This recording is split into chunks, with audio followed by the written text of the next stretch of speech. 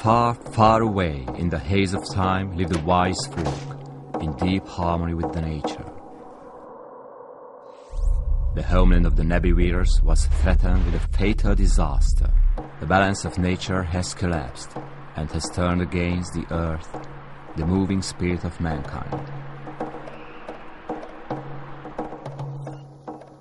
They were forced to leave their island, called Bioweek. The Wanderer and the Brotherhood are fighting against demons and shades who betrayed their souls.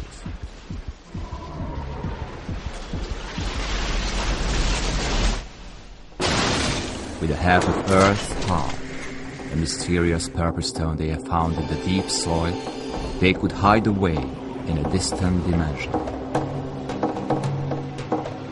There's only one ancient prediction keeping them alive. Thousands of years pass away.